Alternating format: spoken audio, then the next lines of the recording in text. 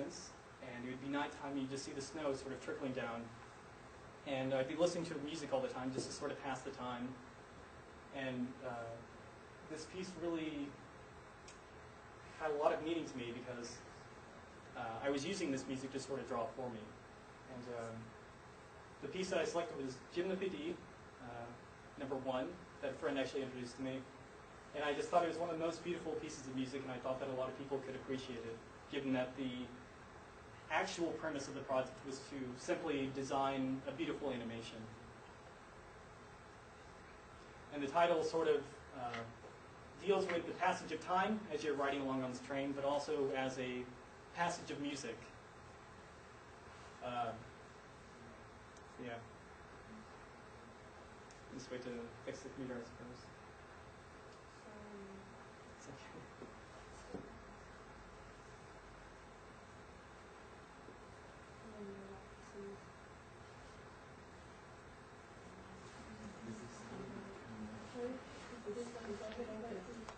Yeah.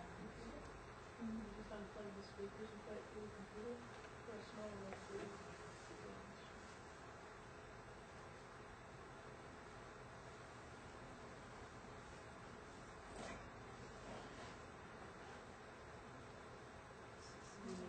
Must be the volume there. It's not new, it's just new.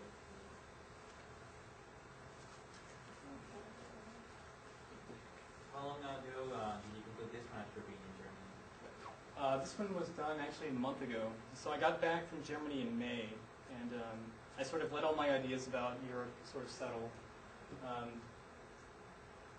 And it's still sort of trickling in, just all the experience that I had over there. But with this piece, I just, I wanted a very serene sort of image to be drawn. And I wanted to move into sampling the music because with the Rorschach program, one of my friends and I collaborated on it. And he and I would just joke around about setting up this music piece to sort of quickly draw those ink blots. I forgot to mention that. The vision I had with the last project was that I wanted to have ink blots being drawn because the premise of the project was to... Just pause it for a second. The premise of the project was to design an image for visualization. And I felt as though I personally cannot put a single image on visualization. And I sort of wanted to turn the project on itself and turn it on the audience. And so I said, why don't I make the viewer figure out what visualization is? And that's sort of been another thing that I've done with the painting that I've spoken with the professor about, was that whenever I show a painting to people, they will find what sort of vision they want in painting. Like they'll say, oh, there's a cat right there, or oh, there's 3 people looking at each other. So what I did with the Rorschach program is I just decided, what if I did ink blots? People will, come up with a vision for themselves, and then every time it's run, it'll be new, and it'll be random, it'll be something that they'll have to imagine again. So yeah, here's passage.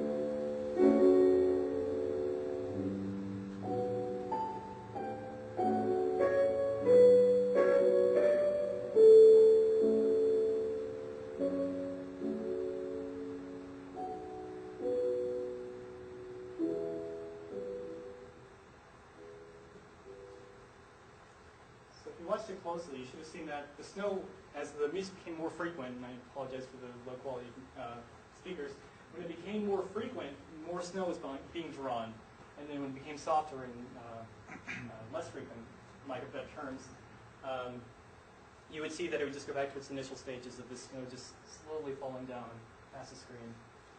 Next slide. Now, envisioning the future, I sort of have this idea that the future is open. It's sort of like all of my design projects. Whenever I start a project, I don't really know where it's going to go. Some of the more recent projects, I've put some pretty strict guidelines, like I want to do this with this program, or I want to do this with this program. Like with Passage, I said, I want to sample music, and that was pretty strict for me. Usually I have no idea where I want things to go.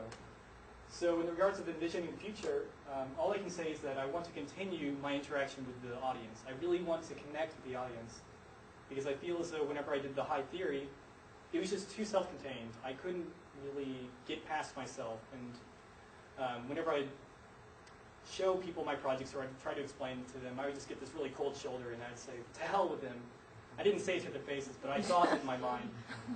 But more recently, whenever I open up the project to other people, I find it's more enriching for me as an artist. I can see what other people want from the artwork, and then they can also give me a lot more comments and suggestions for my future work. So in regards to the future, I want to continue to pursue my four-dimensional painting, but I also want to open up my connection with the audience. And I believe that's the end of my lecture, and so I open up to you, the audience, for any questions that you may have.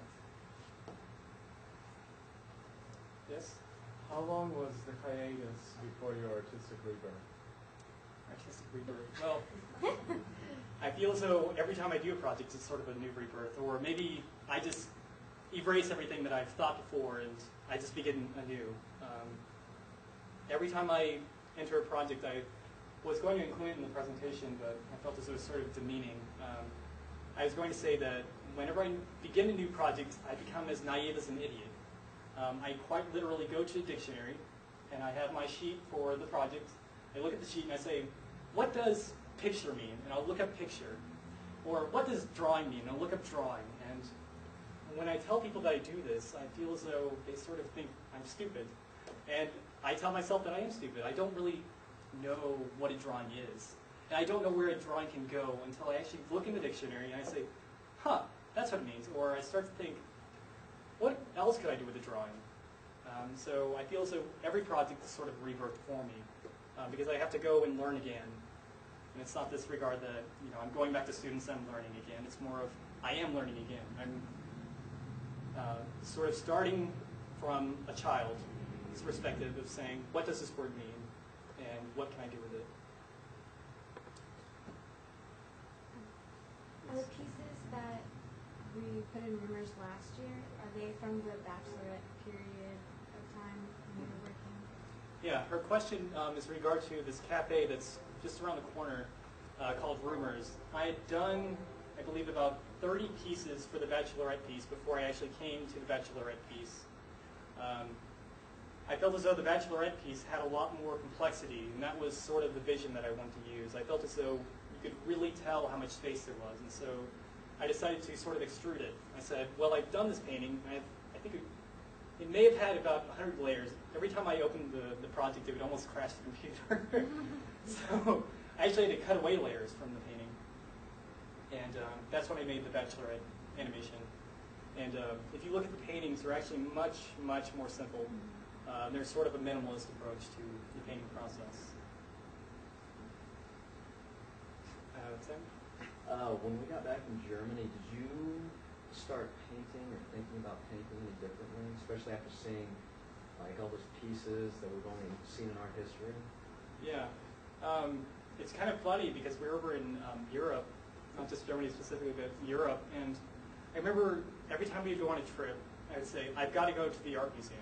I had to go to the Pompidou, I had to go to these really abstract expressionist places in Germany. I had to go to all these digital art museums. Every city we went to, I had to go to an art museum.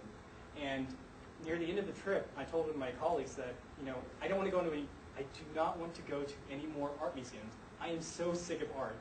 And so I'd actually gotten back, and I believe that I stopped painting for a good month or so. I can't remember.